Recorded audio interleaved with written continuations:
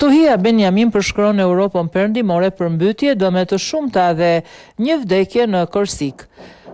Stuhia Benjamin përfshiu Europën perëndimore të njëjtën, duke lënë pas përmbytje dhe shkatrime nga bregu i Anglisë jugore deri në Korsik me era që te i kalonin 100 km/h dhe shira të pandërprer. Ajo shkaktoi ndërprerje të energjisë elektrike, rrëzim pemësh dhe probleme të mëdha të rënda të udhëtimit, duke i detyruar autoritetet ishin në gatishmëri të plotë.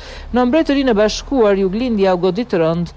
Në Shernes, një qendër argëtimi u detyra të mbyllej pasi një pemë ra mbi ndërtesë, ndërsa paralajmërime për përmbytje u lëshuan për pjesë të tjera të Kentit, Surreyt dhe Sussesit. Disa lumenj dolën nga shtrati duke shkaktuar përmbytje të gjera. Motikej gjithashtu ndërpreu transportin me kompaninë e tragjeteve DFDS që njoftoi vonesa dhe anullime të linjave për në Francë, ndërsa pemët e rrëzuara bllokuan rrugët dhe linjat e kurudhore. Erat e forta arritën në 30 km/h përgjatë bregut, me autoritetet që i paralajmëruan shoferët të shmanginin rrugët e përmbytura.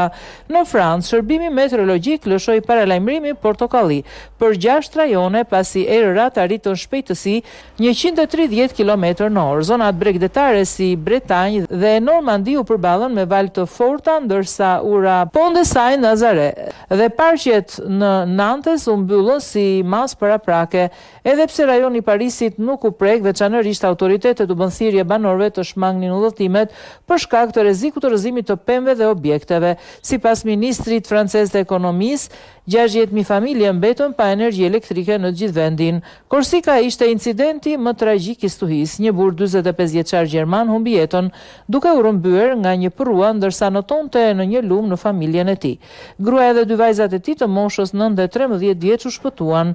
Erëra deri 130 km/h fryn në ishull, ndërsa lidhjet ajrore të tragjeteve u ndërprem për shkak të kushteve ekstreme. Vala e motit të keq nuk u kufizua vetëm në Mbretërinë e Bashkuar dhe Francë. Belgjika dhe Holanda gjithashtu përjetuan rreshje të dendura shiu dhe përmbytje në disa vende, me dëmtime në infrastrukturë dhe vonesa në fluturime dhe lidhje hekurudhore, ndërsa situata filloi të lëvizte drejt lindjes, fenomeni u dobësua.